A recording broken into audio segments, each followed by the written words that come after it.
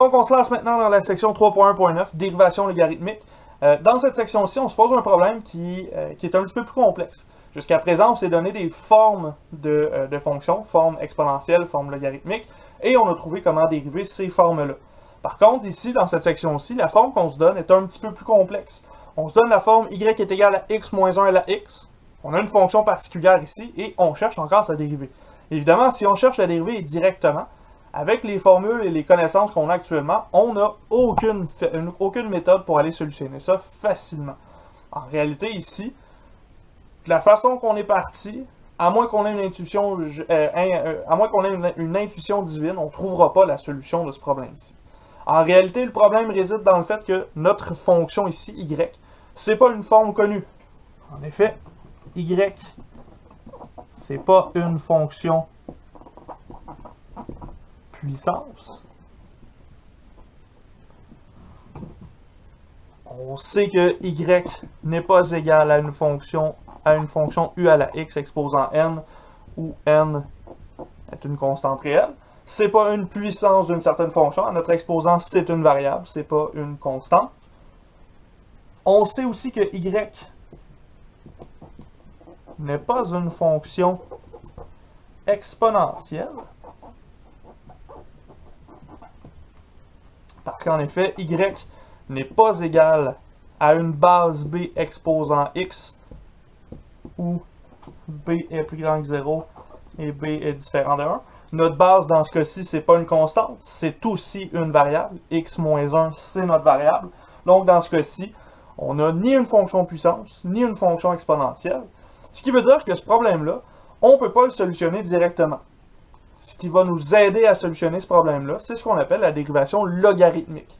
La dérivation logarithmique, ce qu'elle a pour but, c'est de transformer l'équation qu'on a initialement en une équation probablement implicite, qui va pouvoir être solutionnée avec la dérivation implicite qu'on a vue dans le chapitre 2.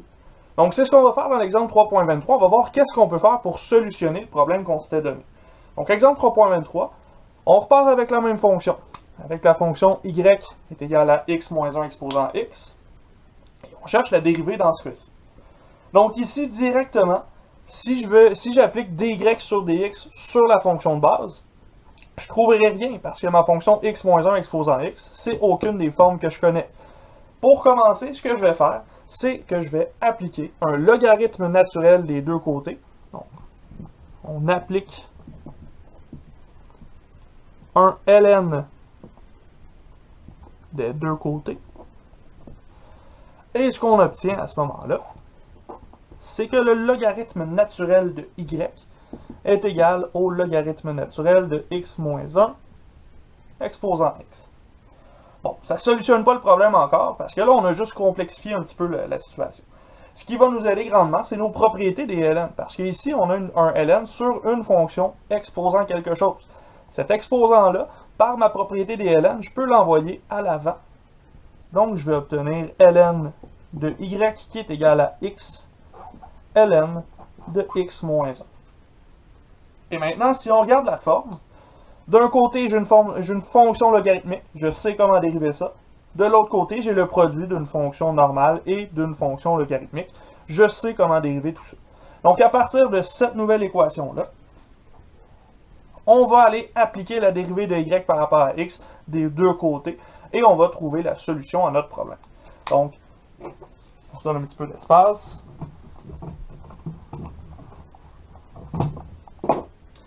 Et ici, on va appliquer la dérivée par rapport à x de l'expression ln de y et de l'autre côté, dérivée par rapport à x de x ln de x moins 1. Donc, on applique les dérivées des deux côtés pour voir qu'est-ce qui va se passer. Et on devrait trouver notre solution assez facilement de cette façon-là. Dérivée à gauche de la fonction logarithmique. Ici, on a une fonction y qui est en fonction de x. Donc, lorsqu'on applique la dérivée, on va retrouver 1 sur y fois la dérivée de y par rapport à x. Et de l'autre côté, on a un produit de fonctions. Donc, on va devoir faire la dérivée par rapport à x de x fois ln de x moins 1 plus x fois la dérivée par rapport à x de ln de x moins 1. On vient de grossir un peu notre problème, mais en réalité, ce qu'on a là, c'est quelque chose qui est un petit peu plus simple. Croyez-moi, ça va devenir beaucoup plus intéressant lorsqu'on va avoir terminé nos manipulations algébriques. Donc, à gauche, ça n'a pas bougé. 1 sur y dy dx. Et à droite, on applique les deux dérivés qu'on vient de faire apparaître. Dérivée de x par rapport à x, c'est 1. Donc, il va nous rester ln de x moins 1.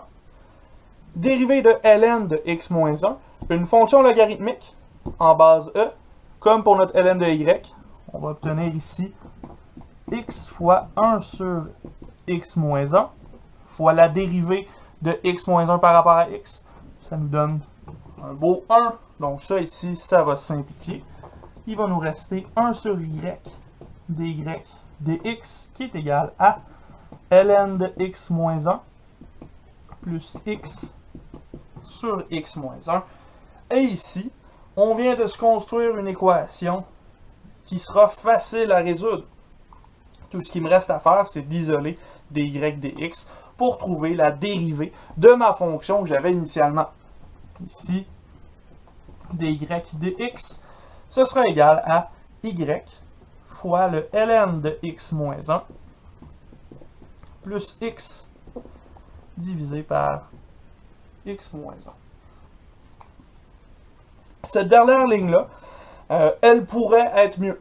On pourrait la simplifier encore, tout simplement parce qu'on n'est pas sur le même dénominateur encore. Donc, on va faire une étape de plus pour aller simplifier cette expression-là. Dans ce cas-ci,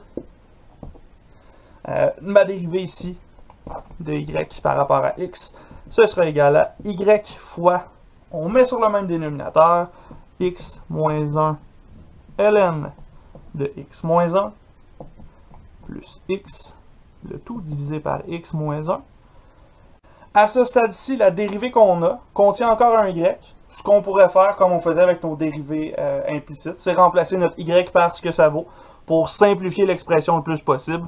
Ici, dy sur dx, ce sera égal à x moins 1 exposant x fois x moins 1 ln de x moins 1 plus x divisé par x moins 1. À ce moment-ci, le x moins 1 à la x à l'avant de la parenthèse et celui dans la parenthèse peuvent se simplifier. On va obtenir dy dx qui est égal à x moins 1 exposant x moins 1 fois x moins 1 ln de x moins 1 plus x. Et voilà, cette belle grosse équation-là, c'est la dérivée de notre équation initiale. Remarquez qu'au départ, on avait une fonction qu'on ne pouvait pas simplifier, qu'on ne pouvait pas solutionner avec les notions de base qu'on connaît de la dérivée. Et avec le ln, on peut descendre ça comme une équation de dérivation implicite, remplacer par ce qu'on avait initialement, simplifier puis obtenir une équation qui est relativement simple, relativement jolie à utiliser. C'est donc ça ici, là, finalement, le principe de la dérivation logarithmique. On va voir d'autres exemples. Je vais vous laisser faire des exercices, puis ce sera tout pour cette section-là, notamment de nos notes. Donc, prochain exemple, exemple 3.24, une autre situation similaire, hein, on a encore une fonction y qui est égale à 2x moins 5 exposant e à la 2x, donc on a une variable à la base, une variable à l'exposant. On ne peut pas utiliser nos notions initiales pour pouvoir solutionner ce problème-là. On cherche encore la dérivée de y par rapport à x. Et là, remarquez que j'ai ajouté des conditions supplémentaires, conditions qui n'étaient pas là tout à l'heure dans mon exemple précédent, tout simplement parce que je voulais pas qu'on ait trop d'informations à la fois. Donc, dérivation logarithmique, on a compris le principe. Maintenant, on rajoute des informations. Pourquoi? Parce que lorsqu'on rajoute un ln, on rajoute nécessairement des conditions sur le problème qu'on est en train d'étudier. Notamment lorsqu'on va faire le ln de y qui est ici.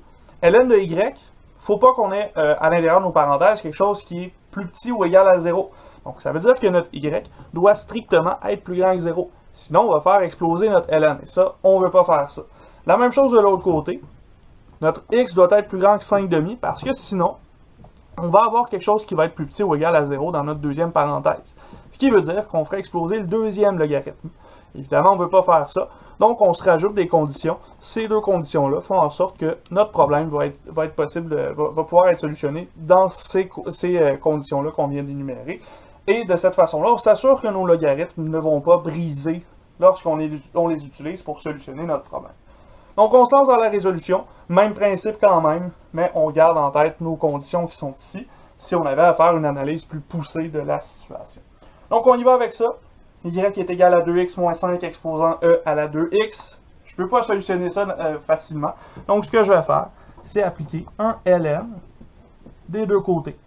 Ln de y va être égal à ln de 2x moins 5 exposant e à la 2x. Mon exposant va aller devant mon ln. C'est la raison pour laquelle j'ajoute le ln. Et il va me rester l'expression ln de y qui est égale à e à la 2x fois ln de 2x moins 5. À ce moment-ci, j'ai une équation implicite et je cherche à faire la dérivée par-dessus les deux côtés de l'équation pour obtenir la dérivée de y par rapport à mon équation initiale. Donc on commence avec ça. On va dire que la dérivée par rapport à x de ln de y est égale à la dérivée par rapport à x de e à la 2x ln de 2x moins 5. Du côté gauche, ça ne changera pas. On va obtenir 1 sur y dérivée de y par rapport à x, comme dans l'exemple précédent. C'est normal, c'est la même notation que celle qu'on avait tout à l'heure. Et de l'autre côté, on va aller chercher la dérivée de notre produit ici. On va donc avoir dérivée par rapport à x de e à la 2x fois notre ln de 2x moins 5 plus e à la 2x fois la dérivée par rapport à x de notre ln de 2x moins 5. Ici, il me reste à développer mes deux dérivés du côté droit de l'équation pour voir qu'est-ce que ça me donne pour essayer de simplifier le problème. Donc à gauche, j'ai toujours la même expression, 1 sur y fois dy dx. De l'autre côté, dérivée par rapport à x de e à la 2x, c'est e à la 2x fois 2 fois le ln de 2x moins 5.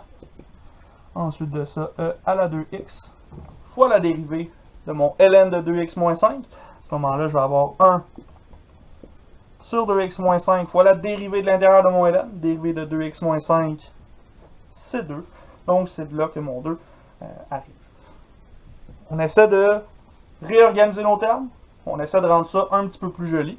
On va avoir 1 sur y dy dx qui va être égal à 2e à la 2x ln de 2x moins 5 plus 2e à la 2x sur 2x moins 5.